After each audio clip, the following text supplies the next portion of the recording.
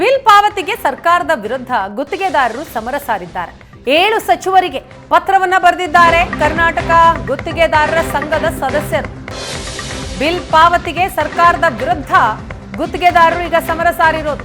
ಹಾಗಾಗಿ 7 ಸಚಿವರಿಗೆ ಪತ್ರ ಬರೆದಿದ್ದಾರೆ. ಡಿಸಿಎಂ ಡಿಕೆ ಶಿವಕುಮಾರ್, ಸಚಿವ ಪ್ರಿಯಾಂಕ್ ಖರ್ಗೆ, ಸಚಿವ ಮಹದೇವಪ್ಪ, ಸಚಿವ ಜಮೀರ್ ಅಹಮದ್ ಖಾನ್, ಸಚಿವ ಬೋಸರಾಜು, ಸಚಿವ ದಿನೇಶ್ ಗುಂಡೂರಾವ್, ರಹೀಂ ಖಾನ್ಗೆ ಗುತ್ತಿಗೆದಾರರ ಸಂಘ ಪತ್ರ ಬರೆದಿದೆ. ಪತ್ರ ಬರೆಯೋದರ ಮುಖಾಂತರ ಬಿಲ್ ಪಾವತಿ ಮಾಡಿ ಅಂತ ಮನವಿ ಮಾಡಿದ್ದಾರೆ.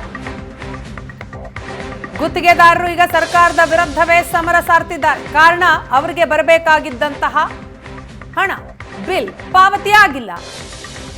ಇದರಿಂದ ಸಮಸ್ಯೆ ಆಗ್ತಾ ಇದೆ. ದಯವಿಟ್ಟು ಬಿಲ್ ಪಾವತಿ ಮಾಡಿ ಅಂತ ಪತ್ರದಲ್ಲಿ ತಿಳಿಸಿದ್ದಾರೆ. 7 ಸಚಿವರಿಗೆ ಪತ್ರ ಬರೆದಿದ್ದಾರೆ. ಇನ್ನು ಸಚಿವರ ವರ್ತನೆಗೆ ಗುತ್ತಿಗೆದಾರರ ಸಂಘ ಕೂಡ ಆಕ್ರೋಶ ವ್ಯಕ್ತಪಡಿಸ್ತಾ ಇದೆ. ನಾವು ಮನವಿ ಮಾಡಿದ್ದೀವಿ, ಆದರೆ ನಮ್ಮ ಮನವಿಗೆ ಯಾರು ಕೂಡ ಸ್ಪಂದಿಸ್ತಾ ಇಲ್ಲ ಅನ್ನೋದು ಅವರ ಆರೋಪ. ಗುತ್ತಿಗೆದಾರರ ಸಮಸ್ಯೆಯ ಬಗ್ಗೆ ನಿಮ್ಮ ಗಮನಕ್ಕೆ ತಂದಿದ್ದೇವೆ.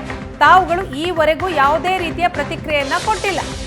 ಸಭೆ ಕರೆದು ಅಧಿಕಾರಿಗಳ ಜೊತೆ ಚರ್ಚಿಸಲು ಅವಕಾಶ ನೀಡಿ. ಅಧಿಕಾರಿಗಳನ್ನ ಕೇಳಿದ್ರೆ ಸಿಎಂ ಭೇಟಿ ಮಾಡಿ ಅಂತ ಹೇಳ್ತಾರೆ. ಜ್ಯೇಷ್ಠತೆ ಕಡೆಗಣಿಸಿ ಹಣ ಪಾವತಿಸಲು ಸಚಿವರ ಸೂಚನೆ. ಹಣ ಪಾವತಿ ವಿಚಾರದಲ್ಲಿ ಗುತ್ತಿಗೆದಾರರಿಗೆ ಅನ್ಯಾಯ ಆಗ್ತಾ ಇದೆ. ಬಿಜೆಪಿ ವಿರುದ್ಧ ಹೋರಾಟ ಮಾಡಿದವರು, ಆ ಬಗ್ಗೆ ನಮಗೆ ತಿಳಿದಿದೆ.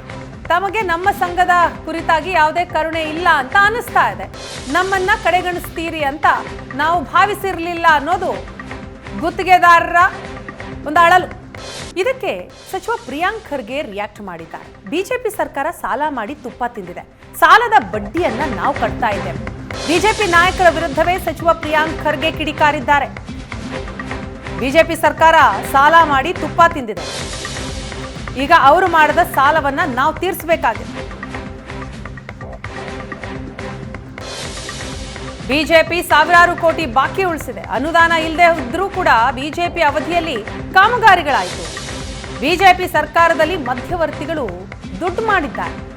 ದುಡ್ಡು ಬಿಡುಗಡೆ ಮಾಡಿಸೋದಾಗಿ ಹೇಳಿ ಕಮಿಷನ್ ತಿಂದಿದ್ದಾರೆ. ನಮ್ಮ ಸರ್ಕಾರದಲ್ಲಿ ಮಧ್ಯವರ್ತಿಗಳಿಗೆ ಆ ಅವಕಾಶ ಇಲ್ಲ ಅಂತ ಹೇಳ್ತಾರೆ ಪ್ರಿಯಾಂಕ್ ಖರ್ಗೆ. ಇದ್ರ ಬಗ್ಗೆ ಆಗಲೇ ಕ್ಲಾರಿಫಿಕೇಶನ್ ಕೊಟ್ಟಿದ್ದಾರೆ. ಹಿಂದಿನ ಸರ್ಕಾರದಲ್ಲಿ ಅನುದಾನವನ್ನು ಮೀರಿ ಕೆಲಸಗಳನ್ನು, ಕಾಮಗಾರಿಗಳನ್ನು ಅನುಮೋದನೆ ಮಾಡಿದ್ದಾರೆ. 100 ರೂಪಾಯಿ ಇದ್ದರೆ 10,000 ರೂಪಾಯಿ ತನಕ ಇವರು ಕೆಲಸಗಳನ್ನು ಕೊಟ್ಟಿದ್ದಾರೆ. ಅವೈಜ್ಞಾನಿಕವಾಗಿ ಮಾಡಿದ್ದಾರೆ. ಆವಾಗ ಸರ್ಕಾರ ಸ್ಥಿರ ಇರಲಿಲ್ಲ. ಸೊ ಯಾರ್ಯಾರಿಗೆ ಮನವೊಲಿಸ್ಬೇಕಾಗಿದ್ದಾರೆ ಅದು ಯಾರ್ಯಾರಿಗೆ ಬೇಕಾದರೆ ಅದು ಯಾವುದೋ ಒಂದು ಹೊಸ ಹೆಡ್ ಆಫ್ ಅಕೌಂಟ್ ಥರ ಸೃಷ್ಟಿ ಮಾಡಿಬಿಟ್ಟು ಕೊಟ್ಟಿದ್ದಾರೆ. KRIDLನಲ್ಲಿ ನಮ್ಮದು FD ಏನು ಇದೆ, ಫೈನಾನ್ಸ್ ಡಿಪಾರ್ಟ್ಮೆಂಟ್ ಅವ್ರ ವಿರೋಧ ನಡುವೆ ಕೂಡ 1,000 ಕೋಟಿ ರೂಪಾಯಿ ತೊಗೊಂಡುವಂಥ ನಿರ್ದೇಶನ ಇತಿಹಾಸದಲ್ಲಿ ಮೊದಲನೇ ಸರಿ ಆಗಿದೆ. ಇವರು ಸಾಲ ಮಾಡಿ BJPಯವರು ತುಪ್ಪ ತಿಂದಿದ್ದಾರೆ. ಆ ಸಾಲದ ಬಡ್ಡಿಯನ್ನು ನಾವು ಕಟ್ತಾ ಇದ್ದೀವಿ. ಅದಕ್ಕೆ ಏನೇನು ದಾಖಲೆಗಳು ಬೇಕು ಅದೆಲ್ಲನೂ ಕೂಡ 1-2 ದಿನದಲ್ಲಿ ತಮ್ಮ ಮುಂದೆ ನಾನು ಇಡ್ತೀನಿ, ನಮ್ಮ ಇಲಾಖೆದು. ಮತ್ತು ಇಡೀ ಫೈನಾನ್ಸ್ ಡಿಪಾರ್ಟ್ಮೆಂಟ್ದು ಈಗಾಗಲೇ ಮಾನ್ಯ ಮುಖ್ಯಮಂತ್ರಿಗಳು ಹಿಂದಿನ ಬಜೆಟ್ನಲ್ಲೇ ಅವ್ರು ಹೇಳಿರೋದು ಎಷ್ಟು ಆಲ್ಮೋಸ್ಟ್ ಸಾವಿರಾರು ಕೋಟಿ ರೂಪಾಯಿ ಬಿಲ್ಲನ್ನು ಪೆಂಡಿಂಗ್ ಇಟ್ಬಿಟ್ಟು ಇವ್ರು ಹೋಗ್ಬಿಟ್ಟಿದ್ದಾರೆ ಅಂತ.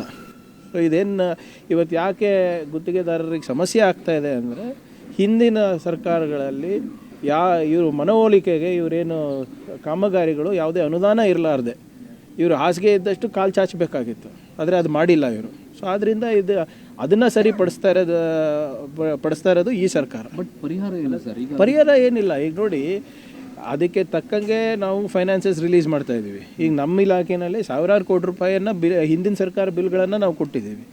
ಈಗ LOC ಬಗ್ಗೆನೇ ತಾವು ನೋಡ್ಬೋದಲ್ಲ, ಎಲ್ಲರೂ LOC ಬಗ್ಗೆನೇ ಮಾತಾಡಿ.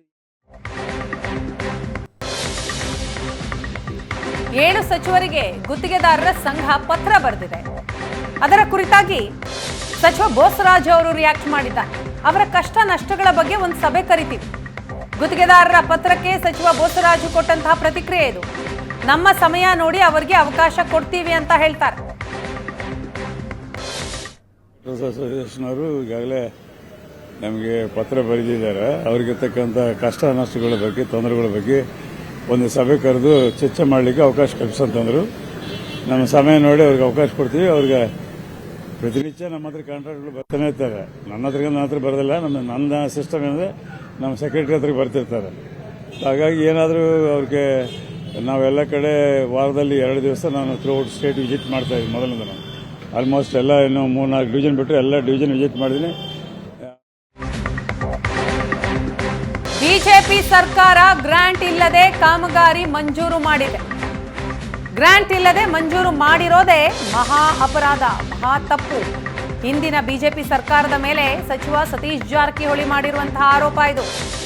ಹಂತ ಹಂತವಾಗಿ ಗುತ್ತಿಗೆದಾರರ ಹಣ ಕೊಡ್ತೀವಿ, ಅವರ ಎಲ್ಲ ಸಮಸ್ಯೆಯನ್ನ ಪರಿಹಾರ ಮಾಡುವ ಕುರಿತಾಗಿ ಚರ್ಚಿಸ್ತೀವಿ, ಸರ್ಕಾರ ಅವರ ಪರ ಕೆಲಸ ಮಾಡಬೇಕು ಅಂತ ಸಚಿವ ಸತೀಶ್ ಜಾರಕಿಹೊಳಿ ಅವರು ಹೇಳಿದ್ದಾರೆ. ನಮ್ಮದು ಸಭೆ ಮೊನ್ನೆ ನಮ್ಮ ಇಲಾಖೆ ಸಂಬಂಧಪಟ್ಟ ಸಭೆ ಮಾಡಿದ್ದೇವೆ. ಅವ್ರ ಎಲ್ಲ ಸಮಸ್ಯೆಗಳನ್ನು ಪರಿಹಾರ ಮಾಡಲಿಕ್ಕೆ ನಾವು ಚರ್ಚೆ ಮಾಡ್ತೀವಿ, ಹೊಂದಾಣಿಕೆ ಬೆಲೆ ಬಗೆಹರಿಸೋ ಅಂತ ಹೇಳಿದ್ದೀವಿ. ನಮ್ಮ ಇಲಾಖೆ ಸಂಬಂಧಪಟ್ಟಂತೆ ಮಿಕ್ಕಿದ್ದು ಏನು ಬರೆದಾರೆ ಅದ್ರ ಬಗ್ಗೆ ಗೊತ್ತಿಲ್ಲ. ನಮ್ಮ ಇಲಾಖೆ 3-4 ದಿನಗಳಿಂದ ಸಭೆ ಆಗಿದೆ ಅಸೋಸಿಯೇಷನ್ ಜೊತೆಗೆ. ಸೊ ಅವ್ರ ಬೇಡಿಕೆಗಳನ್ನು ಎಲ್ಲ ಚರ್ಚೆ ಮಾಡಿದ್ವಿ.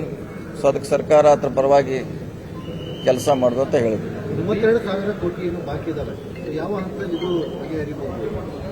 ಅದಕ್ಕೆ ಸಮಯ ಬೇಕಾಗ್ತದೆ. ಹಿಂದೆ ಬಿಜೆಪಿ ಸರ್ಕಾರ ಗ್ರಾಂಟ್ ಇಲ್ಲದೆ ಅವರು ಕಾಮಗಾರಿಗಳನ್ನು ಮಂಜೂರು ಮಾಡಿದ್ದು, ಇದು ಮೊದಲನೇ ದೊಡ್ಡ ತಪ್ಪಾಗಿದೆ.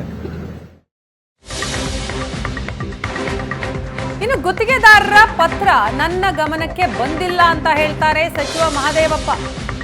ಕರ್ನಾಟಕ ಗುತ್ತಿಗೆದಾರರ ಸಂಘ 7 ಸಚಿವರಿಗೆ ಪತ್ರ ಬರೆದು ಅವರ ಸಮಸ್ಯೆಯನ್ನ ಹೇಳ್ಕೊಂಡಿದೆ. ಆದರೆ ಸಚಿವ ಮಹದೇವಪ್ಪ ಅವರಿಗೆ ಗಮನಕ್ಕೆ ಬಂದಿಲ್ವಂತೆ.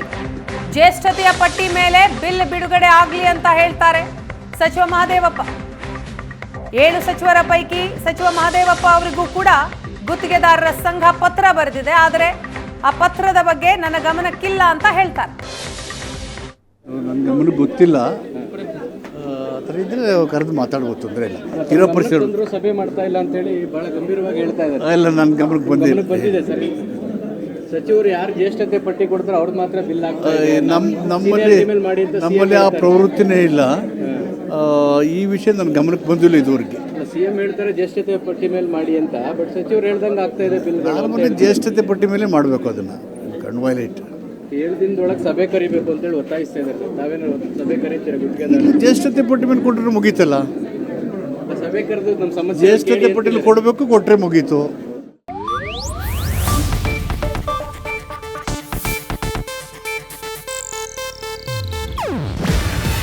ಇದು ಏಷ್ಯಾನೆಟ್ ನ್ಯೂಸ್ ನೆಟ್ವರ್ಕ್ ಪ್ರಸ್ತುತಿ. ನೀವು ನೋಡ್ತಿದ್ದೀರಾ ಏಷ್ಯಾನೆಟ್ ಸುವರ್ಣ ನ್ಯೂಸ್.